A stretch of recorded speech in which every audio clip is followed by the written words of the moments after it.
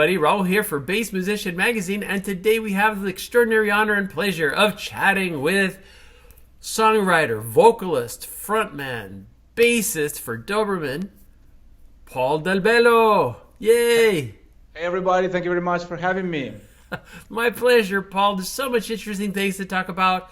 But first, and as always, we like to ask how you got started in music and particularly on bass. Well, I started with music in my teenage years, I guess like most of us, and I actually started on keyboard because my dad bought us a keyboard at some point, and I couldn't play piano, although I was like 12 or 13, I couldn't play piano, but I found out very quickly that I could program the keyboard, to make music, so program drums and bass lines. So I could write songs at the age of 14 or 15. I was already programming loops and recording songs on cassettes. And then we had a classic guitar like hanging in the house because my dad used to play a guitar, and I started with that playing Zombie by Cranberries. That's the first song I ever played on a guitar. And then I moved on to electric guitar, and I was listening to Queen and Metallica. And I played for a few years in bands that really, they went nowhere. And then one day at a rehearsal, the bass player didn't show up. And he left the bass guitar in the room. So I said, okay, let's try the bass, because you actually need the bass to practice. Yeah. Just took it and started picking away. And I was like, oh, man, I like this. I can feel this instrument much better than guitar. And then one day I saw on TV Guns N' Roses live in Tokyo. And I was blown away by the bass player, by Duff McKagan, the blonde guy on bass with a cigarette, nose open, and I was like, I want to be the guy, I want to be that person in the band. So I kind of started practicing on bass, and everybody was telling me I was good. So things moved on, and a few years later, I bought my first Fender jazz bass, which I still have. That was it. So I started playing in cover bands, and one day I bumped into Motorhead. Well, actually, I found a record. I hear Motorhead for the first time, and that was, for me, the game changer. Because the minute I heard that, I realized, I can do this. I can be in this type of band. So what was, until that point, a vague dream became a plan. So that I really point at as a defining moment for, in my life as a musician. So yeah, and then I started playing in bands, and then I played with Adam Baum for 10 years. I toured Europe for like 200 shows a year, which is something that today you can't do anymore. And then in 2011, I decided to start my own band, and I started Doberman. I've been going since then. So yeah, so far so good. Very nice. Now, as far as the bass itself, you're self-taught? Well, yes, I was self-taught from the beginning, from day one. I never really took any lesson, and I couldn't really read or write music until a few years ago. So I never really studied music composition.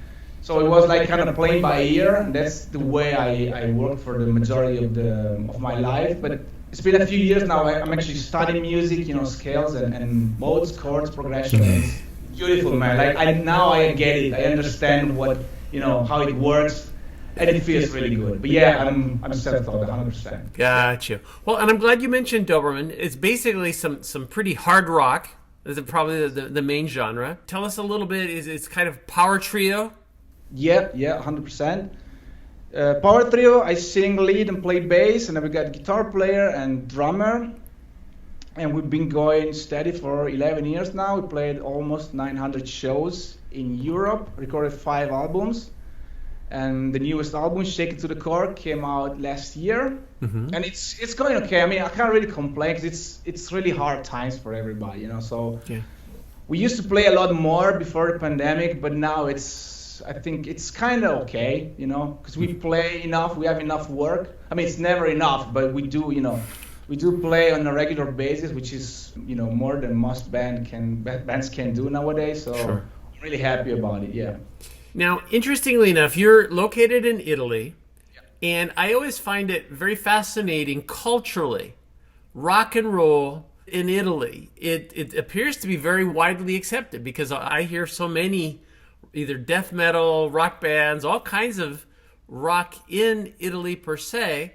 Again, predominantly singing in English. That seems to be the language for rock and roll. It seems very well accepted. Why would you choose that particularly over, I don't know if there is any typical music anymore. Does anybody like? Well, rock and roll is kind of popular in Italy. I mean, when Kiss come around, they play arenas. Mm-hmm. They probably make 20,000 people, so they play big places. But they only play like one gig in Italy, okay? Whereas if you go to Germany, like touring bands, they play probably 10 gigs in Germany. Or England, which is a small country if you think about it, Mm-hmm. they probably have 10 to 15 gigs in the country. So yeah, it's popular, but like the mainstream rock music, it's popular. The underground scene, it's way harder because there's not many places to play. People like to watch. I guess it's the same everywhere, but people like to go watch cover bands and tribute bands. So it's really hard if you're not an established act. But it's kind of okay. I mean, we have a little rock scene, and even though the country is probably more known for metal bands like Lacuna Coil or Rhapsody or or Maneskin now, they were really like the band that really broke the boundaries.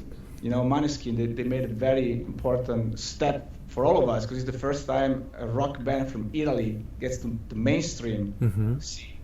But yeah, it's it's up and down. It can be good, can be bad, but it's all rock and roll, so for me. Well, and it's very much a whole commitment. It's a lifestyle that it's full time. It's not just you put on a costume and you go do a show. This is all the time. You can do that, but it's not how I was brought up, for me, it's either you do it or you don't. Yeah. If you do it, you have to go all the way. And I think that's the main reason why so many bands fail at achieving, anything significant, because they just give up at some point, or they just do it on the side, which is understandable because, you got to have a job and stuff. But in the same way, if you don't try, you'll never get there. You have to go all the way. Absolutely. Well, one of the reasons I think about it, because I had the opportunity to live outside of the United States in a Latin American country, and the rock was emerging, but it was meeting with resistance because it was seen as a foreign kind of thing. And so they would look at it and go, the people that found it loved it, but then the other folks were like, well, no, they're selling out their cultural heritage kind of thing. And it's evolved. I mean, it's gotten very much with the internet and all of the communications. Yeah. There's no way to keep anything from going anywhere. So it's endemic. So we can't help but notice the Marshall amplification stacked behind you and basses on the wall. Tell us a little bit about your gear. How are you getting your sound? Well, I'm not a gear. As far as gear, I was never a gear geek. First thing, that Marshall amp, it's been downgraded to a piece of furniture. Okay. The rugs is too heavy. I just gave up. But it served me well for more than 10 years. But I use Fender basses. I own a P bass, a jazz bass, which is the first bass I ever bought, and a Japanese jazz special. And I've never really played anything else. I tried a few Stingrays and Thunderbird at some point, but to me the P bass is what does the job. It's very hard to play, but it has that mid-range I like. I'm a mid-range person. I like my mid-range, and I think the precision bass is the best, the best instrument you can get for that kind of sound. Mm-hmm. I like the really trebly, crispy tone, so I use Gallien-Kruger amps with Mark Bass speakers, which is an Italian company. Yes. They're very efficient and very light and easy to transport. And before that, I had the Marshall stock, but I just gave up at some point. I use DR strings, which I have to say are really an excellent product. So nice. That's the gear. I'm not really a pedal guy, though I occasionally use I have a Morley wah pedal, which I use live. But I do love effects on bass. I'm a big fan of Justin Chancellor of Tool. The work he does with the effects is just amazing. I'm just too lazy to bring them around. And also, I am the front man. I have to sing, so I had to keep it simple on stage because there's already a lot of things that can go wrong, when you're singing and fronting a band. Sure. So I don't really use any pedals live beside my tuner, of course, and the wah. But yeah, I like Justin Chancellor. I like Chris Squire of Yes. So I really like a good old chorus on bass, anytime. Nice. Well, and it is a real challenge because for one, I can't sing and play at the same time. So it's like one or the or the other. It's just so challenging still to this day. I've been doing this for like more than 10 years, but it's just, it's just doing two things at the same time. I always say that it's like having a conversation with you now on Skype. Under the table, I'm texting somebody else, on WhatsApp, without looking at the phone. That's how it feels to me, playing bass and singing at the same time. But yeah, someone's got to do it, and, we can't afford a singer, so that's it. Well, I was watching the video, especially one of my favorites, Stiff Upper Lip. You're knocking it out as the lead singer, definitely, and I really liked at the beginning, it's the little taste of Italiano because you're arguing with your girlfriend. It had a throwback quality to it from a lot of the rock from many years ago as I'm looking at it, but a lot of fun and strong music. So it was fun video to make. Was fun to make, and also we wanted to do the opening dialogue in English, but then I said, nah, fuck it, let's just do it in Italian. It's that's what we are, so yeah. Absolutely. It's funny. It gave it flavor. I thought it gave it a unique flavor that I'm going, there we go. That's very nice. So as we look ahead, Paul, I know that with the pandemic, as you mentioned previously, a lot of the venues had kind of closed, opportunities had kind of closed, but at least there seems to be light at the end of the tunnel. So for a lot of people, what are the plans for the future? What's in the works for you and for Doberman?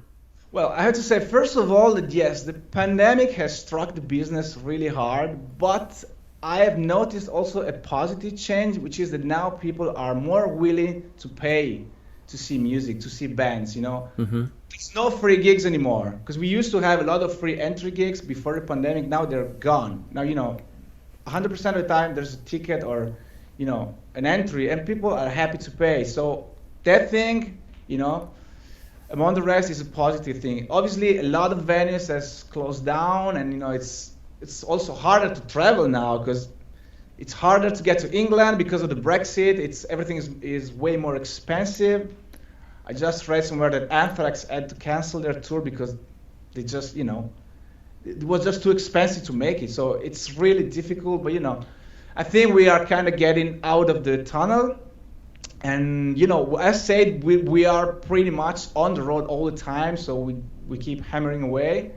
We want to keep touring and releasing records as often as we can because that's what we like to do. That's what I'm a musician. That's what I want to do. I like to play music, write songs and record songs and go around and play them. I also run a YouTube channel, which is going pretty good. It's all bass related. It's under my name. It's mainly tutorials, playthroughs, and I have also a series called Bass Habits, where I analyze every week or so the style. I analyze and discuss the style of famous bass players.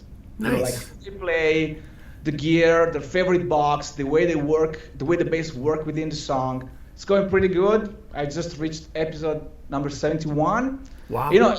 I find it fascinating that after 70 episodes, for each one of these bass players, there's always something different and something unique from the others. Each one of them. It might be a specific box or a rhythm figure or a gear setup. I thought I would run out of idea after 2 episodes, but there's a lot of more to be discovered, and I learn a lot myself doing it too. So it's a lot of fun, and check it out. Very nice. So probably the key thing that people will want to know, the best way to find, like I know for Doberman, it's www.dobermanweb.net. It is. That's it. Yeah. Okay. And then for you particularly, should they go to pauldelbello.com? Yeah, just pauldelbello.com or just look it up on YouTube. That's my bass channel. But yeah, dobermanweb.net. That's our website. So. Gotcha. That's what you should really check out. Check out our new record, Shaken to the Core. We're everywhere. Instagram, Twitter, like you name it, we have it. Gotcha. And I'm sure you're on social media as well. Instagram at Paul Del Bello. Yeah, Paul Del Bello _ but it's just impossible to miss me. You just Google up Paul Del Bello, so you find everything you need. Gotcha. Well, Paul, we appreciate you taking time from your busy schedule to chat with us. Thank you so much, man. We want you to keep on rocking, folks. You've seen him here, Paul Del Bello on Bass Musician Magazine. Thank you very much. Cheers, everybody. Take care. Ciao. Ciao.